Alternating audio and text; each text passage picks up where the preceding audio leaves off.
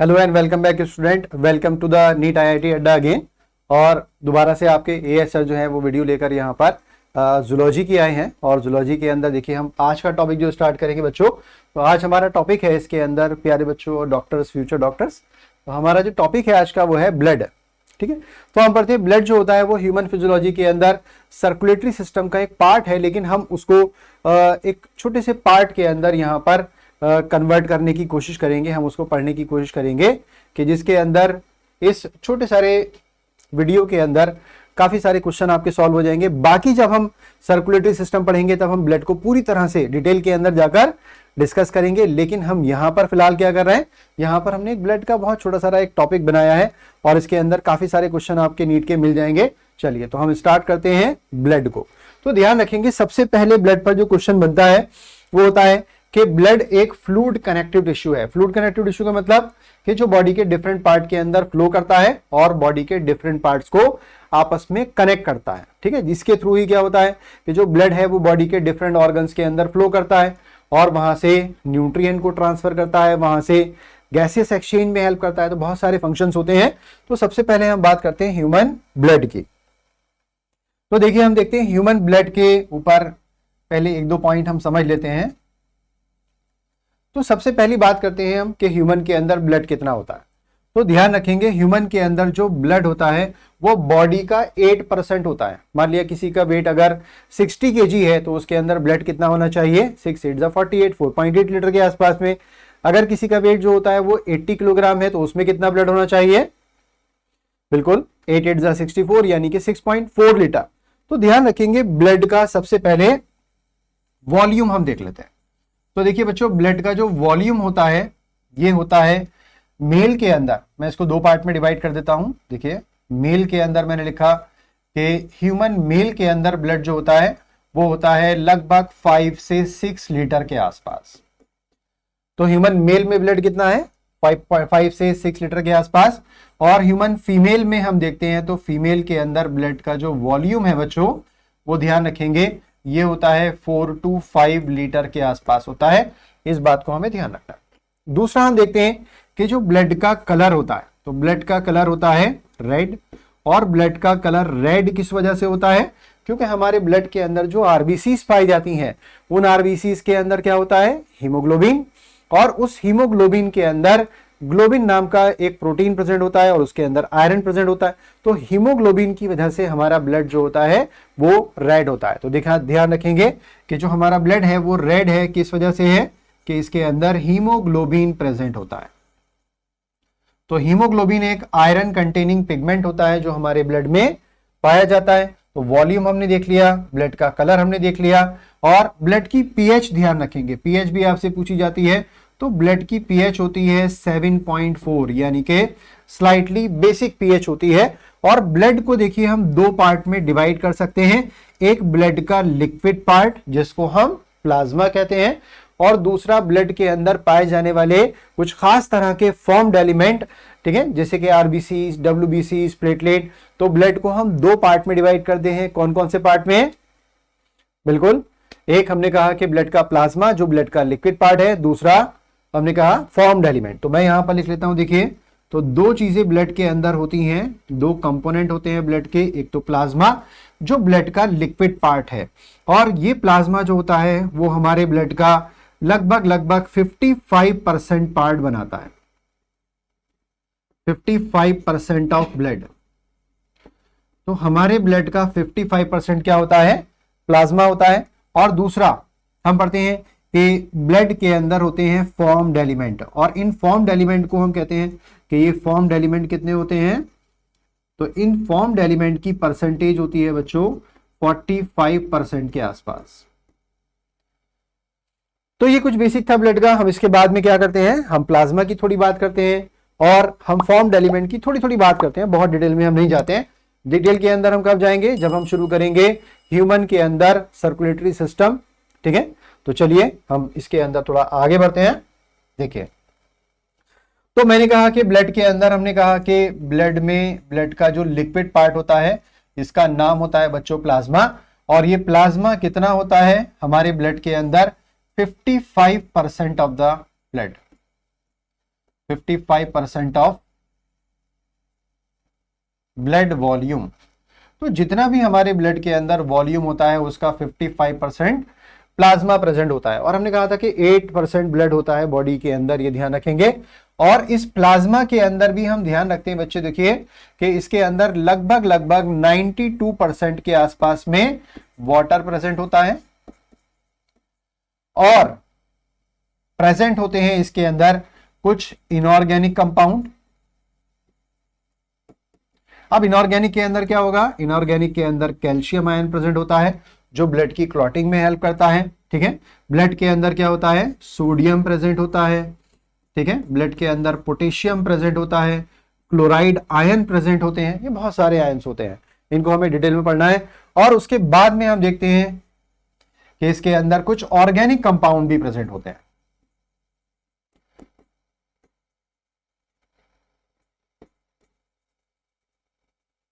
और हमें बताया ऑर्गेनिक कंपाउंड किसे कहते हैं, जिनके अंदर कार्बन प्रेजेंट होता है। तो ऑर्गेनिक कंपाउंड ब्लड के प्लाज्मा में कौन कौन से होते हैं, बहुत सारे होते हैं, लेकिन हम मेनली 3 की यहां पर बहुत छोटी सारी बात करेंगे। देखिए, तो सबसे पहले हम कहते हैं कि हमारे ब्लड के अंदर एक प्रोटीन होती है जिसका नाम होता है फाइब्रिनोजन। और बच्चों ये फाइब्रिनोजन क्या करती है, इसका काम होता है ब्लड की क्लॉटिंग करना। तो ये हेल्प करती है ब्लड की क्लॉटिंग में, इंपॉर्टेंट है। फाइब्रिनोजन एक प्रोटीन है। ऑर्गेनिक कंपाउंड का मतलब we are talking here about the proteins found in the blood. Protein है, तो पहली प्रोटीन कौन सी हुई, पहली हो गई इसके अंदर फाइब्रिनोजन। दूसरी प्रोटीन हम लिख लेते हैं इसके अंदर जिसको हम कहते हैं एल्ब्यूमिन। और इसका काम क्या होता है कि ये ब्लड की ऑस्मोलैरिटी को मेंटेन करती है, मेंटेन ऑस्मोलैरिटी ऑफ ब्लड। तो ये ब्लड की ऑस्मोलैरिटी को मेंटेन करती है। नेक्स्ट हम पढ़ते हैं, एक और प्रोटीन होती है इसके अंदर जिसका नाम होता है ग्लोब्यूलिन। और ये ग्लोब्यूलिन जो होती है ये क्या करती है, ये हमारी बॉडी के अंदर बाहर से आने वाले पैथोजेंस को डिस्ट्रॉय करने का काम करती है, एंटीबॉडीज बनाती है, बॉडी की इम्यूनिटी में हेल्प करती है। तो हम लिख सकते हैं इट मेक्स इम्यूनिटी।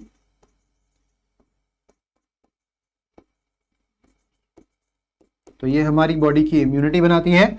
और इम्यूनिटी किस तरह से बनाती है, एंटीबॉडी बनाकर, एंटीबॉडी बना लेती है। तो हमने कहा हमारे ब्लड के अंदर देखिए क्या होता है, 55% ब्लड का वॉल्यूम जो होता है वो प्लाज्मा होता है। और प्लाज्मा एक लिक्विड पार्ट है ब्लड का जिसके अंदर 92% तो वाटर प्रेजेंट होता है, इनऑर्गेनिक कंपाउंड होते हैं और प्रोटीन्स होती हैं इसके अंदर, ऑर्गेनिक कंपाउंड। और इनकी परसेंटेज कितनी हो जाएगी, इनकी परसेंटेज हो जाती है ऑलमोस्ट 8% के आसपास। और 3 तरह की प्रोटीन होती है, इनको हम ध्यान रखेंगे। एक होती है फाइब्रिनोजन, दूसरी एल्ब्यूमिन, तीसरी होती है ग्लोब्यूलिन नाम की प्रोटीन। ठीक है बच्चों, तो यहां तक आई थिंक क्लियर है। तो हम आगे बढ़ते हैं, चलिए।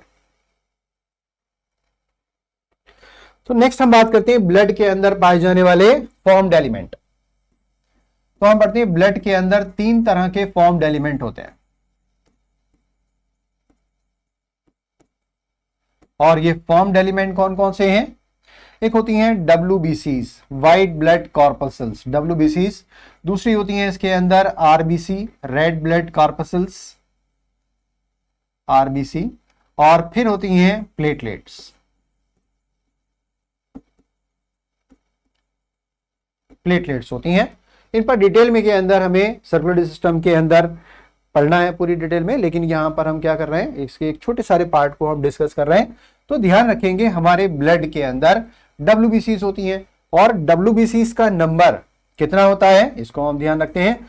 तो हम पढ़ते हैं TLC। TLC का मतलब क्या होता है, टोटल ल्यूकोसाइट काउंट, मतलब कि हमारे ब्लड के अंदर WBCs का काउंट कितना है।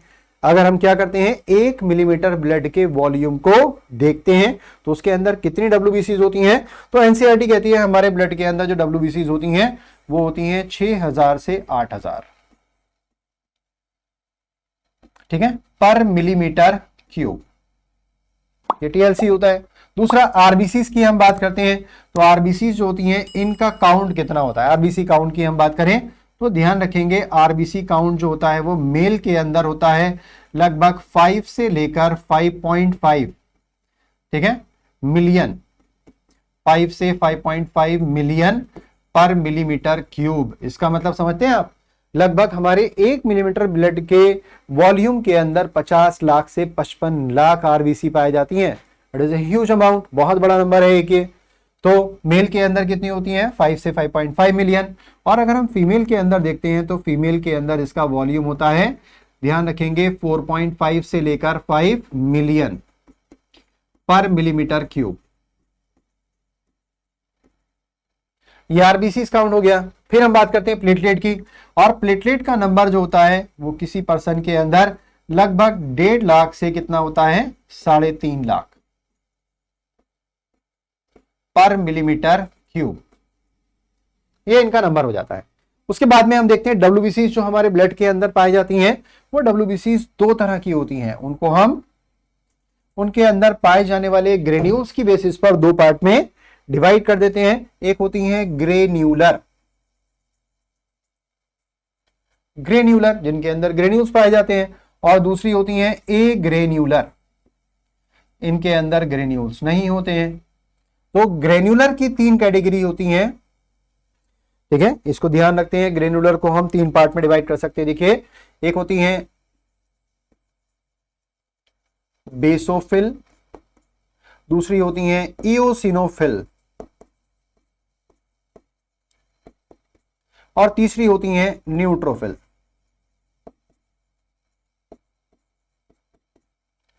ठीक है, बेसोफिल, इओसिनोफिल और न्यूट्रोफिल। अभी हम कंफ्यूज हो जाते हैं कि भाई कौन सी ग्रेनुलर होती हैं और कौन सी ए ग्रेनुलर होती हैं। तो ध्यान रखेंगे इसका एक शॉर्टकट फॉर्मूला होता है कि बेसोफिल, इओसिनोफिल और न्यूट्रोफिल जो होती हैं वो ग्रेनुलर डब्ल्यूबीसी की कैटेगरी में आती हैं। तो इसके लिए हम एक छोटा सा फॉर्मूला लिख लेते हैं, और इसका फॉर्मूला होता है बच्चों, देखिए, बेंजी। ये इसका फॉर्मूला हो जाता है बेंजी। बेसोफिल, इओसिनोफिल और न्यूट्रोफिल जो होती हैं वो ग्रेनुलर की कैटेगरी में आती हैं। और दूसरी ए ग्रेनुलर को जब हम डिवाइड करते हैं तो इसको हम 2 पार्ट में लिख लेते हैं। एक होती है मोनोसाइट।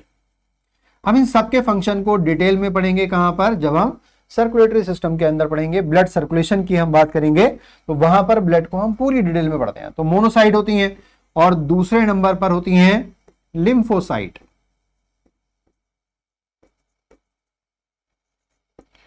तो देखिए, मोनोसाइट और लिम्फोसाइट जो होती हैं वो होती हैं ए ग्रेनुलर, तो इसलिए हम इसको लिख लेते हैं MLA, monocyte and lymphocyte are A granular.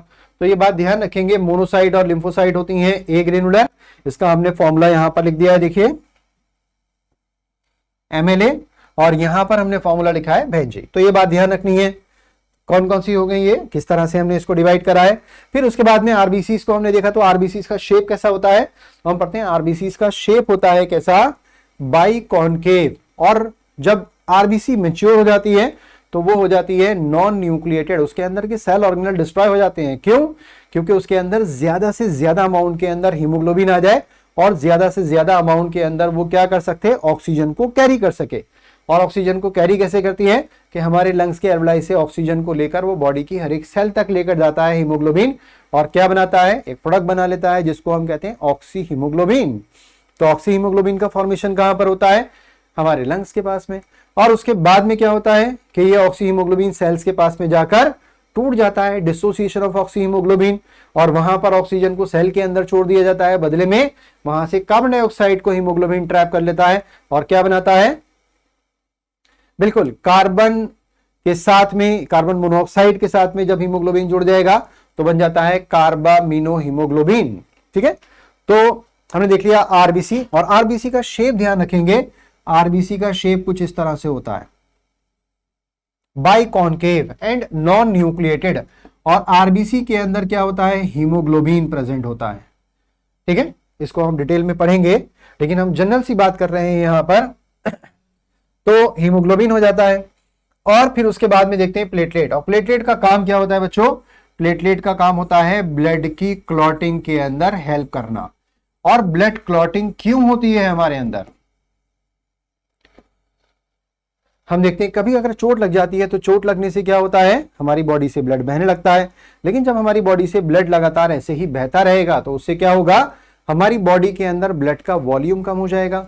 जब ब्लड का वॉल्यूम कम हो जाएगा तो उसकी वजह से क्या होगा, हमारी बॉडी के अंदर जो कार्डियक आउटपुट है वो कम हो जाएगा स्ट्रोक वॉल्यूम कम होने से। और स्ट्रोक वॉल्यूम क्या होता है, हम कहते हैं कि जब हमारा लेफ्ट वेंट्रिकल एक बार कॉन्ट्रैक्ट होता है तो जितना ब्लड वो पंप करता है वो स्ट्रोक वॉल्यूम कहलाता है।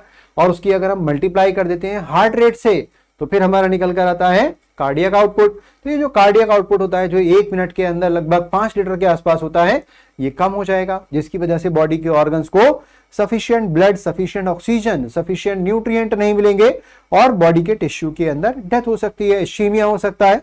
तो ये बात ध्यान रखेंगे। तो प्लेटलेट का काम क्या होता है बच्चों, ब्लड की क्लॉटिंग करना। और आरबीसीज क्या करती हैं, आरबीसीज हीमोग्लोबिन के साथ में कंबाइन, आरबीसी के अंदर जो हीमोग्लोबिन होता है वो ऑक्सीजन के साथ में कंबाइन हो जाता है और कंबाइन होकर क्या बनाता है, ऑक्सी हीमोग्लोबिन। और ये ध्यान रखेंगे कि एक हीमोग्लोबिन का मॉलिक्यूल जो होता है वो ऑक्सीजन के 4 मॉलिक्यूल को कैरी करता है और क्या बनाता है, ऑक्सी हीमोग्लोबिन नाम का प्रोडक्ट बना लेता है। इस चीज को ध्यान रखना है बिल्कुल। तो हमने ब्लड की यहां पर एक छोटी सारी बात करी है। देखिए हमने देखा ब्लड का वॉल्यूम कितना होता है, ब्लड की पीएच कितनी होती है, ब्लड के कौन कौन से पार्ट में डिवाइड कर लेते हैं, प्लाज्मा होता है, दूसरा हम कहते हैं फॉर्म्ड एलिमेंट होते हैं और फॉर्म्ड एलिमेंट के अंदर हमने देखा डब्ल्यूबीसीज होती हैं, आरबीसीज होती हैं और प्लेटलेट। चलिए एक छोटी सारी बात और करते हैं। हमने टीएलसी तो यहां पर लिख लिया, अब देखते हैं डीएलसी। डीएलसी का मतलब होता है डिफरेंशियल ल्यूकोसाइट काउंट। और डिफरेंशियल ल्यूकोसाइट काउंट का मतलब क्या होता है बच्चों, कि हमारे ब्लड के अंदर जो डब्ल्यूबीसीज हैं उनमें कौन कौन सी डब्ल्यूबीसीज कितने कितने परसेंट प्रेजेंट है। इसको एक बार शॉर्ट में हम देख लेते हैं। देखिए तो हम यहां पर बात कर रहे हैं डीएलसी की और हमने देखा हमारे ब्लड के अंदर कौन कौन सी डब्ल्यूबीसीज प्रेजेंट हैं। ठीक है, तो यहां पर हम शॉर्टकट फॉर्मूला लिख लेते हैं। देखिए, और आपने शायद पढ़ा हो ये फॉर्मूला। देखिए, never late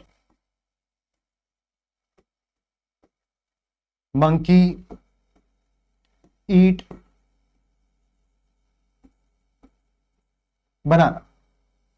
never let monkey eat बनाना, लेकिन ऐसा करना नहीं कभी भी है ना। कभी क्या करें कि आप बंदर कोई केला खा रहा है या कोई और चीज खा रहा है, आप उसे छीन कर भाग जाए, ऐसा नहीं करना है। ये सिर्फ एक फॉर्मूला है, इसे please don't try this at home, इसे घर पर ट्राई नहीं करना है। किसी बंदर से केला नहीं छीनना है, उसे खाने की चीज नहीं छीननी है, उसको खाने देनी है। तो don't try this at home. लेकिन एक शॉर्टकट फॉर्मूला है, निमोनिक है, याद करने का, किस चीज को, फॉर्म्ड एलिमेंट को। तो हमने कहा कि सबसे पहले हमने एक शॉर्टकट फॉर्मूला लिख लिया यहां पर, नेवर लेट मंकी ईट बनाना। अब देखते हैं इसका मतलब क्या होता है। हम ये लिखते हैं कि एन फॉर न्यूट्रोफिल। ठीक है, तो N for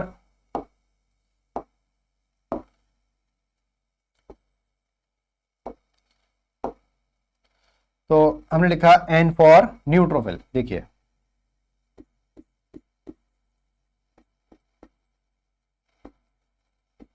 an for neutrophil, lymphocyte L for आएगा, लेट के अंदर एल अल्फाबेट आ रहा है तो इसका मतलब हो जाता है लिम्फोसाइट। ठीक है, फिर उसके बाद में हम देखते हैं मंकी, यानी कि एम फॉर आता है मोनोसाइट। और ईट, ईट के अंदर ई अल्फाबेट आ रहा है तो ई फॉर होता है इओसिनोफिल, इओसिनोफिल। और फिर बी से आ जाता है हमारे पास में बेसोफिल।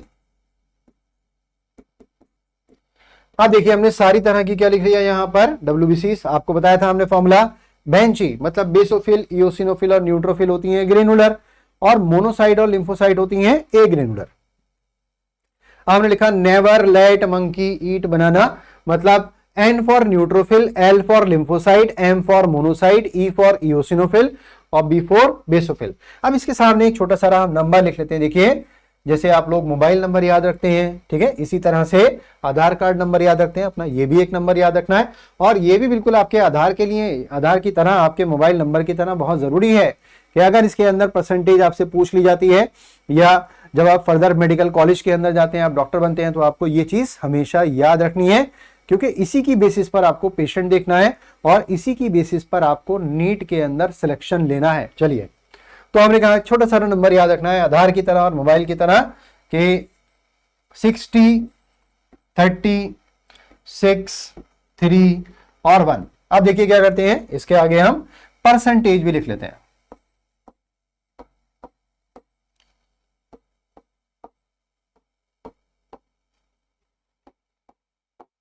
एंड देखिए ये परसेंटेज हमारी तैयार हो जाती है। हम कहते हैं न्यूट्रोफिल कितनी होती है हमारे ब्लड में 60%, लिम्फोसाइड कितनी होती है 30%, मोनोसाइड कितनी होती हैं 6% और इओसिनोफिल होती हैं 3% और बेसोफिल्स होती हैं 1%। ये परसेंटेज, ये जो रेशो है, ये एक मेंटेन रहना चाहिए हमारे ब्लड में। अगर कभी ये रेशो कम बढ़ जाता है या घट जाता है, किसी की परसेंटेज कम हो गई, किसी की ज्यादा हो गई, तो उसकी वजह से क्या होता है, हमें पता चलता है कि हमारी बॉडी में कोई ना कोई डिजीज है, किसी पैथोजन ने बॉडी में जाकर किसी पर्टिकुलर टाइप के WBCs को एक्टिवेट कर दिया, उनके नंबर को कम करने की कोशिश करी, जिसकी वजह से इम्यून सिस्टम एक्टिवेट हो गया और इनका नंबर या कम हो गया या ज्यादा हो गया, तो इनका नंबर चेंज हो जाता है। तो देखिए बच्चों, हमने यहां पर बात करी आज ब्लड की, एक हमने स्मॉल टॉपिक लेकिन एक वैल्यूएबल टॉपिक की यहां पर बात करी, जो नीट के अंदर काफी सारे क्वेश्चन बनाता है, लेकिन हमने इसको बहुत शॉर्ट टॉपिक की फॉर्म में यहां पर डिस्कस करा है। लेकिन जब हम पढ़ेंगे सर्कुलेटरी सिस्टम के अंदर, ठीक है, तो उसके अंदर हम पूरी तरह से ब्लड के अंदर हर एक चीज को डिस्कस करेंगे। आरबीसीज कम होती हैं तो क्या होता है, WBCs कम होती हैं तब इनका नंबर क्या होता है, अगर ये बढ़ जाती हैं तब इनको हम क्या कहते हैं, ठीक है, और इनके बढ़ने या घटने से क्या फर्क पड़ता है, वो सारी चीजें हमें डिस्कस करनी है। तो होप सो कि आपको ये वीडियो बहुत अच्छी लगी है। तो क्या करना है, आपको इस वीडियो को लाइक करना है, अपने अच्छे अच्छे कमेंट्स इसके अंदर करने हैं। अगर कहीं पर लगता है कि इसके अंदर कुछ मॉडिफिकेशन की जरूरत है तो we will surely do in our next video, कि हम नेक्स्ट वीडियो के अंदर उसके अंदर मॉडिफिकेशन करेंगे, आपकी क्वायरीज को पूरी तरह से सॉल्व करने की कोशिश करेंगे। तो आप प्लीज इस वीडियो को लाइक किए, सब्सक्राइब करिए, और अगर आप आपने अभी तक सब्सक्राइब नहीं करा है तो हमारे चैनल को सब्सक्राइब करिए और अपने जो फ्रेंड्स हैं जो तैयारी कर रहे हैं उनको आगे पास करिए। ठीक है, चलिए बच्चों, ठीक है, बेस्ट ऑफ लक।